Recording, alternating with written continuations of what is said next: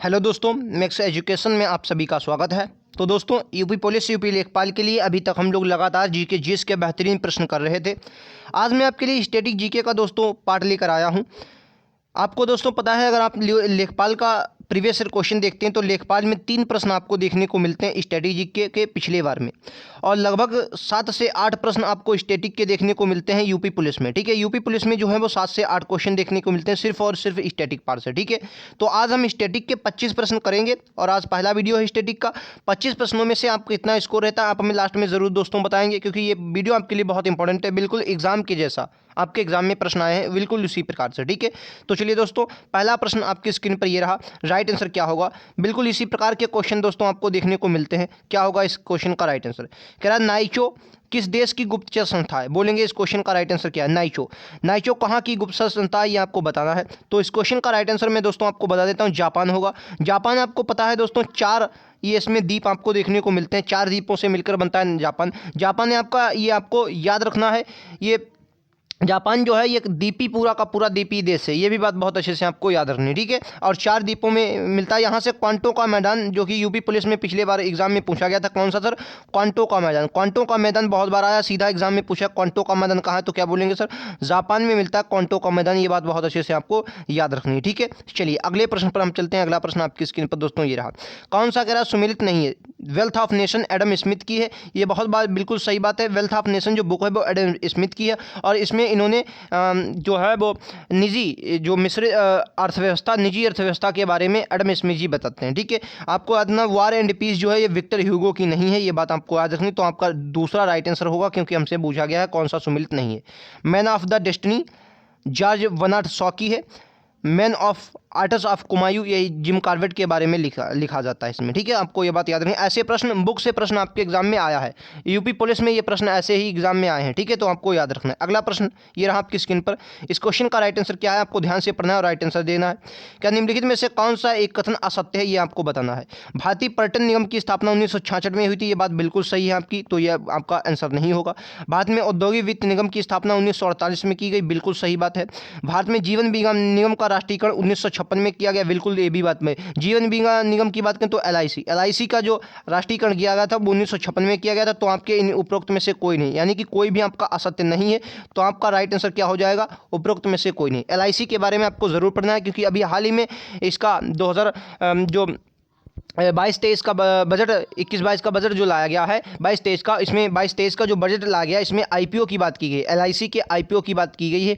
तो आपको इसके एलआईसी के बारे में ज़रूर पढ़ना है, आपको याद रखना। इसका जो राष्ट्रीयकरण किया गया था सर 1956 में किया गया था। क्लियर है? चलो अगले प्रश्न पर अपन लोग चलते हैं। अगला प्रश्न दोस्तों आपकी स्क्रीन पर ये रहा, और बहुत बार एग्जाम में ये प्रश्न आया है कि अधिकतम ऊंचाई वाला आर्सेनिक विमानन पंतन कहाँ पर है? बोलेंगे अधिकतम ऊंचाई वाला आर्सेनिक विमानन पंतन कहाँ पर है? तिब्बत में, नेपाल में, भारत में या चीन में? दोस्तों अपना लास्ट में आप हमें स्कोर जरूर बताएं। आप किसी भी एग्जाम की तैयारी कर रहे हो, चाहे लेखपाल की कर रहे हो या पुलिस की कर रहे हो, मैं आपके लिए लगातार वैसे ही प्रश्न लाता हूं जो आपके एग्जाम में पूछे। अभी तक हम जो 500 प्रश्नों की श्रृंखला प्रीवियस ईयर क्वेश्चनों की स्टार्ट की थी, उसको हम अभी लगभग 11 वीडियोस में ले चुके हैं, उसको भी हम पूरा करेंगे। आज हमने स्टैटिक जीके के बेहतरीन प्रश्न लिए। ठीक है, तो इस क्वेश्चन का राइट आंसर भारत ही होगा। भारत में ही आपको स्थित मिलेगा कहाँ पर? आर्सेनिक विमानन पंतर। ठीक है, याद रखेंगे दोस्तों, तीसरा इस क्वेश्चन का बहुत राइट आंसर होगा। अगले प्रश्न पर हम लोग चलते हैं। अगला प्रश्न आपकी स्क्रीन पर ये रहा।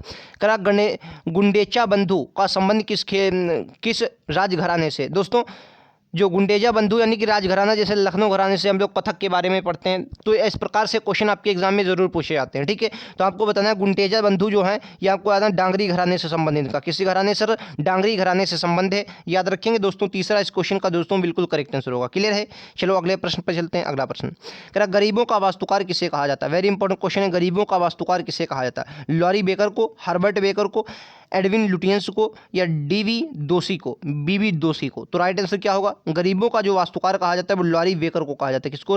लॉरी बेकर को कहा जाता है। ए इस क्वेश्चन का राइट आंसर होगा। अगला प्रश्न, क्या निम्नलिखित में से किस राज्य में पट्टाकल स्मारक स्थित है? ये तो प्रश्न बहुत अच्छे से आपको पता होगा। पट्टाकल स्मारक बिहार, उड़ीसा, मध्य प्रदेश, कर्नाटक? राइट आंसर क्या होगा सर? पट्टाकल के स्मारक आपको कर्नाटक में देखने को मिलेंगे। चौथा इस क्वेश्चन का राइट आंसर होगा। ठीक है, याद रखेंगे। अगला प्रश्न ये रहा आपकी स्क्रीन पर। डी दिवस वह दिन है जब, ये बहुत इंपॉर्टेंट प्रश्न है और ये प्रश्न कई बार एग्जाम में आया है। ये वीडियो 2018 के एग्जाम में प्रश्न पूछा गया था। ठीक है, डी दिवस वह दिन है जब बताना है जर्मनी ने ब्रिटेन के साथ युद्ध छेड़ा था, यूएसए ने जापान पर हिरोशिमा परमाणु बम फेंका था। ये सभी घटनाएं आपको पता होंगी, लेकिन ये डी डे नहीं पता होगा तो मैं आपको बता देता हूँ।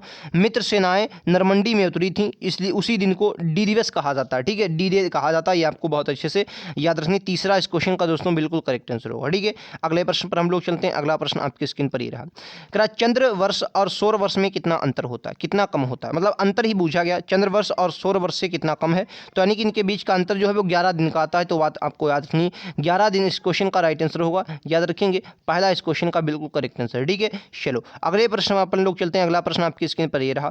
क्या रहा है, निम्नलिखित में से किस नगर में लिंगराज मंदिर स्थित है। वेरी इंपॉर्टेंट क्वेश्चन है। निम्नलिखित में से किस नगर में लिंगराज मंदिर स्थित है। बीजापुर होगा, भुवनेश्वर, या श्रवणबेलगोला, या कोलकाता। देखिए श्रवणबेलगोला में आपको बहुत अच्छे से याद रखना, यहाँ पर जैन धर्म से रिलेटेड एक महामस्तकाभिषेक होता है, यानी कि ये स्थल जो है वे कर्नाटक में स्थित है। कहाँ पर सर, कर्नाटक में स्थित है, यह आपको याद रखना है। जैन धर्म से रिलेटेड श्रवणबेलगोला में महामस्तकाभिषेक होता है, जो प्रत्येक 12 वर्ष बाद होता है। ये बात आपको याद रखनी है। और इसी स्थान पर चंद्रगुप्त मौर्य ने जाकर अपने संलेखना संधारा प्रथा से प्राणता गया था। ठीक है, तो लिंगराज मंदिर आपको बहुत अच्छे से पता होगा, भुवनेश्वर उड़ीसा में पड़ता है। तो दूसरा इस क्वेश्चन का दोस्तों बिल्कुल करेक्ट आंसर होगा। लिंगराज मंदिर कहाँ पर मिलेगा, भुवनेश्वर उड़ीसा में। क्लियर है। अगला प्रश्न, क्या भारतीय रिजर्व बैंक आरबीआई के गठन की सिफारिश किस आयोग ने की थी। हिल्टन यंग कमीशन इस क्वेश्चन का राइट आंसर होगा। ठीक है, हिल्टन यंग कमीशन इस क्वेश्चन का राइट आंसर होगा। आपको याद रखना है आरबीआई के गठन की सिफारिश की गई थी। आरबीआई के बारे में आपको बहुत सी बातें याद रखना है, जैसे 1935 में इसकी स्थापना होती है, 49 में इसका राष्ट्रीयकरण हुआ, ये भी बात बहुत अच्छे से आपको याद रखनी है। ठीक है, अच्छा पहले इसका मुख्यालय कोलकाता था, ये बात बहुत अच्छे से याद रखनी है। और 1937 से इसका मुख्यालय कहाँ पर है सर, मुंबई में है, ये बात आपको बहुत अच्छे से याद रखनी है। ठीक है, याद रखेंगे। चलो अगले क्वेश्चन पर चलते हैं। अगला क्वेश्चन आपकी स्क्रीन पर दोस्तों ये रहा, राइट आंसर क्या होगा। शास्त्रीय संगीत पर प्रसिद्ध रचना राधा गोविंद संगीत सार के रचयिता कौन है, बताना है। जो शास्त्रीय नृत्य पर प्रसिद्ध रचना जो होती है राधा गोविंद संगीत सार के रचयिता कौन है, ये प्रश्न आपको बताना है। देखिए आपको बहुत अच्छे से याद रखना है, हमारे भारत में 8 शास्त्रीय नृत्य आपको देखने को मिलते हैं। कितने, 8 शास्त्रीय नृत्य हैं और 6 शास्त्रीय भाषाएं हैं, ये भी बात आपको याद है। 6 शास्त्रीय भाषाएं और 8 शास्त्रीय क्या है, नृत्य हैं। ठीक है, ये बात याद रखें। तो दोस्तों आपको याद रखना है, इस क्वेश्चन का राइट आंसर देवर्षि भट्ट ब्रजपाल होगा। ठीक है, पहला इस क्वेश्चन का राइट आंसर। ठीक है, अगला प्रश्न क्या रहा है, यूकी भांबरी किस क्षेत्र से संबंधित है। यूकी भांबरी किस क्षेत्र से संबंधित है, क्या बोलेंगे, टेनिस से संबंधित। देखिए ये एक प्रश्न आपको जरूर खिलाड़ी से देखने को मिलेगा, कोई खिलाड़ी दिया होगा और वो खिलाड़ी ज़्यादातर आपको करंट का देता है, करंट का कोई खिलाड़ी दिया जाएगा। ठीक है, करंट का कोई खिलाड़ी होगा और उससे आपका खेल का संबंध पूछा जाएगा। ठीक है, तो आपको इनके खिलाड़ियों के बारे में ज़रूर पढ़ना है, चाहे आप लेखपाल दें चाहे पुलिस दें, कोई भी एग्जाम दें, एक प्रश्न यहाँ से ज़रूर एग्जाम में बनता है। ठीक है,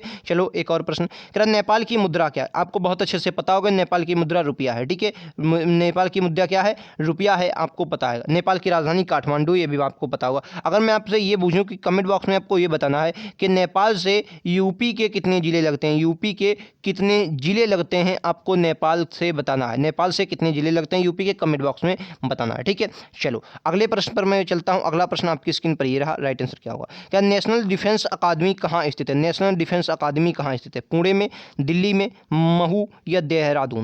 राइट आंसर क्या होगा, नेशनल डिफेंस अकादमी बोलेंगे पुणे। कहाँ पर सर, पुणे में स्थित है। पहला इस क्वेश्चन का राइट आंसर है, याद रखेंगे। कहाँ पर देखने को मिलेगा, आपको पुणे में देखने को मिलेगी। क्लियर है।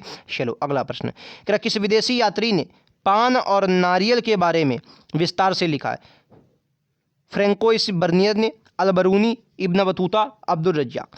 सबसे मोस्ट इंपोर्टेंट शासक कौन सा हो जाएगा sir, Ibn Battuta. Ibn Battuta आपको आधा 1333 में आता है, किसके समय, एमबीडी के समय, दिल्ली सल्तनत का शासक चल रहा था, मोहम्मद बिन तुगलक के समय इब्न बतूता आता है। मोरक्को का यात्री था, कहाँ का सर, याद रखेंगे, मोरक्को का यात्री था।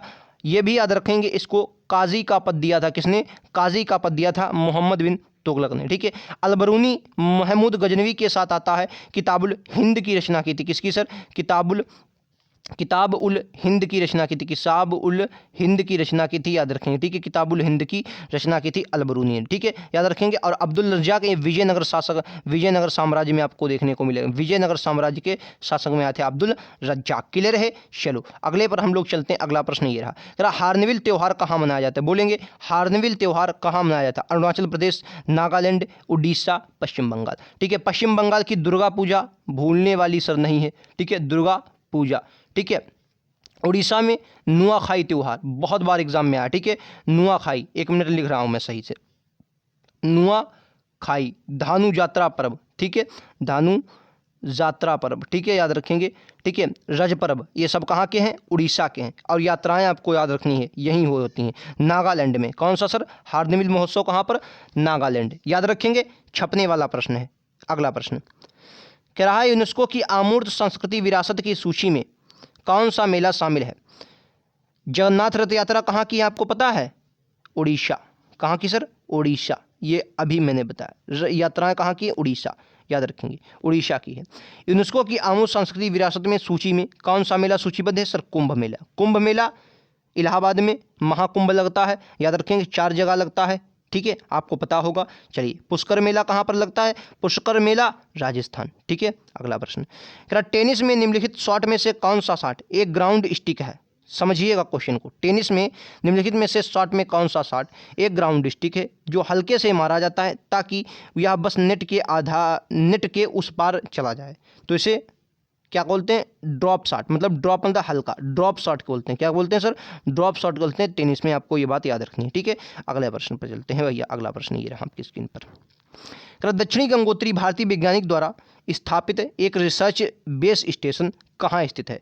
कावेरी बेसिन में, अंटार्कटिका में, श्रीलंका में, सुंदरबन डेल्टा। बोलेंगे दक्षिणी गंगोत्री कहाँ सर? अंटार्कटिका, अंटार्कटिका दूसरा इस क्वेश्चन का राइट आंसर होगा, ठीक है, अंटार्कटिका। क्लियर है? अगला प्रश्न, ब्रिक्स डेवलपमेंट बैंक को अब किस नाम से जाना जाता है? दोस्तों बहुत अच्छे से आपको याद रखना है। ब्राज़ील, रसिया, इंडिया और चाइना, 4 देशों ने मिलकर ब्रिक की स्थापना की थी। किसकी सर?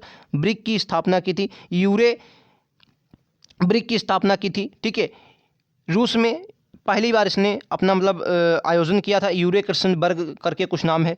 फिर उसके बाद इसमें जब साउथ अफ्रीका शामिल हो गया, फिर इसका नाम ब्रिक्स हो गया, ठीक है। इसकी एक बैंक है जिसे न्यू डेवलपमेंट कहा जाता है, यह बात बहुत अच्छे से आपको याद रखना है। इसका मुख्यालय संघाई में। कहाँ सर है? संघाई में इसका मुख्यालय, चीन में, ठीक है। चलिए अगले प्रश्न पर हम लोग चलते हैं। अगला प्रश्न आपकी स्क्रीन पर ये रहा। विश्व विरासत स्थल वेलिसिका ऑफ बोम जीसस किस राज्य में स्थित है? वेरी इंपॉर्टेंट क्वेश्चन है। विश्व विरासत स्थल वेलिसिका ऑफ बोम जीसस किस राज्य में स्थित है? तो क्या बोलेंगे? गोवा में। गोवा में स्थित है वेसिलिका ऑफ बोम जीसस, याद रखेंगे। पहला इस क्वेश्चन का राइट आंसर। क्लियर है? चलो अगला प्रश्न क्या है, वेरी इंपॉर्टेंट क्वेश्चन ये भी है। नोट्रे डेम कैथीड्रल, क्या बोलेंगे सर? नोट्रे डेम कैथीड्रल कहाँ स्थित है? क्या बोलेंगे सर? पेरिस में। इंपॉर्टेंट प्रश्न है, भूलना नहीं है, ये भी आपको याद रखना है, पेरिस में स्थित है। वेरी इंपॉर्टेंट क्वेश्चन, हल्के में इस क्वेश्चन को नहीं लेना है, आपके एग्जाम में देखने को मिलेगा। नेक्स्ट प्रश्न कह रहा है आरबीआई का कौन सा कार्य नहीं है? देखिए आरबीआई के बारे में अगर बात करेंगे तो बैंकों का बैंक है, बिल्कुल सही है। साख नियंत्रण करता है, बिल्कुल सही। विदेशी मुद्रा का संरक्षण जैसे फेमा फेरा एक्ट लाए जाते हैं इसी के तहत, ठीक है। और आपको क्या करते हैं? देखो मौद्रिक नीति जारी करती है, प्रत्येक 2 माह बाद क्या करती है? मौद्रिक नीति जारी करती है। CRR SLR इनका निर्धारण करती है, MSF जारी करती है, ये सभी के कार्य। लेकिन कृषि विकास के लिए किसानों को सीधे ऋण आवंटित नहीं करती, इसका कार्य नाबार्ड हो गया, बाकी बैंकों का है, ठीक है। तो आपको याद रखना है चौथा इसका कार्य आरबीआई का नहीं है, ठीक है। यंग हिल्टन समिति पर आती है, अभी बाकी इसकी बात हम कर चुके हैं। ये आपका 25वां प्रश्न रहा, इसका कमेंट बॉक्स में आप लोग जवाब देंगे। उम्मीद है इस क्वेश्चन का जवाब आप लोग हमें जरूर देंगे। सारस कहाँ का राज्य? 25, बिल्कुल लट्टू सा सवाल है। 25 में से आपका स्कोर कितना रहा आप हमें जरूर बताएंगे। प्रैक्टिस क्वेश्चन थे, स्टैटिक जीके के बेहतरीन क्वेश्चन है। ऐसे ही प्रश्न आपको यूपी प्लस यूपी लेखपाल में देखने को मिलते हैं, ठीक है। तो आपने स्कोर कितना किया हमें लास्ट में जरूर बताएं। वीडियो कैसा लगा जरूर कमेंट बॉक्स में बताएं। ऐसे ही लगातार प्रश्नों के लिए चैनल को सब्सक्राइब करना ना भूलें। मिलते हैं अगले वीडियोज़ में, आज के लिए इतना ही। Thank you.